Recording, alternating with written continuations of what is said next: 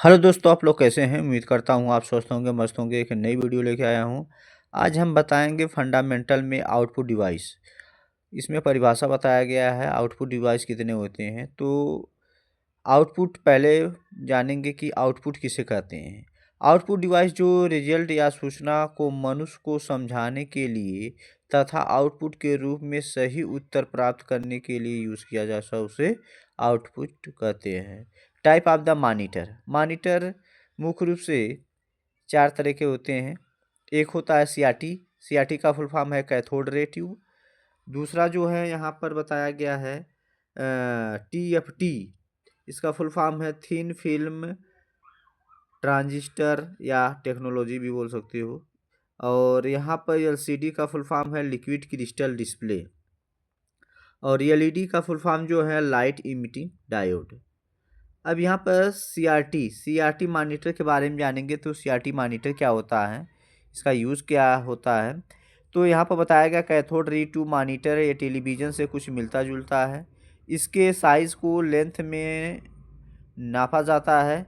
और मॉनिटर जैसे 12 इंच हो गया, 14, 15, 17, 19, 21 साइज़ के में उपलब्ध है। ये कलर मॉनिटर से ब्लैक एंड वाइट मॉनिटर महंगे होते हैं। कहने का मतलब कि जैसे इसमें जो मॉनिटर है ये ब्लैक वाइट मॉनिटर से जो कलर मॉनिटर होते हैं वो महंगे होते हैं।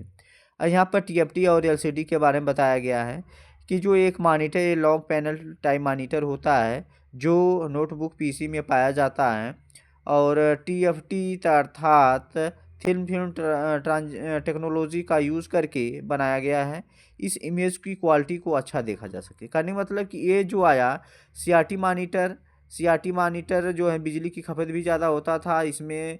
और ब्लैक वाइट आता था। जब टीएफटी और एलसीडी मॉनिटर आया इसमें पिक्चर की क्वालिटी भी अच्छी आई और देखने में भी सुंदर लगता था। इमेज एकदम अच्छी एचडी क्वालिटी में आती थी और बिजली की खपत भी कम होती थी। फिर उसके बाद एलईडी मॉनिटर आया। तो एलईडी मॉनिटर जो है उसकी अपेक्षा और ही अच्छा क्वालिटी में देखा गया। इमेज को और अच्छे तरीके से हम देख सकते थे। बिजली की खपत भी कम होती थी और साइज़ में भी छोटा था और हल्का भी आया और आँख पर ज़्यादा इफ़ेक्ट नहीं डालता था। फिर उसके बाद प्रिंटर आया। प्रिंटर ये भी एक आउटपुट डिवाइस होता है। इसका मुख्य कार्य क्या होता है कि प्रिंट आउट निकालने के लिए इसको यूज़ किया जाता है। ये क्या करता है, ये सॉफ्ट कॉपी को हार्ड कॉपी में कन्वर्ट कर देता है। कि जैसे सॉफ्ट कॉपी को हार्ड कॉपी में कन्वर्ट करता है तो इसके जैसे कोई सॉफ्ट कॉपी रहेगा तो हम उसमें चेंजिंग कर सकते हैं और हार्ड कॉपी में कोई चेंजिंग नहीं कर सकते हैं। ये साउंड है। साउंड का मुख्य कार्य होता है कि ध्वनि को आउटपुट करना होता है। प्रोजेक्टर जो प्रोजेक्टर होता है, प्रोजेक्टर का मुख्य कार्य जो होता है फोकस करके डिस्प्ले देना होता है। ये भी एक आउटपुट डिवाइस होता है जो कि ये सिनेमा हॉल में यूज़ किया जाता है। इसका ज़्यादातर यूज़ जो होता है सिनेमा हॉल में इसका यूज़ किया जाता है। और सीपीयू सीपीयू भी जो है बताया गया। सीपीयू का जो फुल फॉर्म होता है सेंट्रल प्रोसेसिंग यूनिट होता है। कुछ होते हैं प्रोसेसिंग डिवाइस। प्रोसेसिंग डिवाइस का मुख्य कार्य होता है कि इनपुट डिवाइस से प्राप्त सिग्नल को प्रोसेस करके आउटपुट के रूप में भेजना होता है।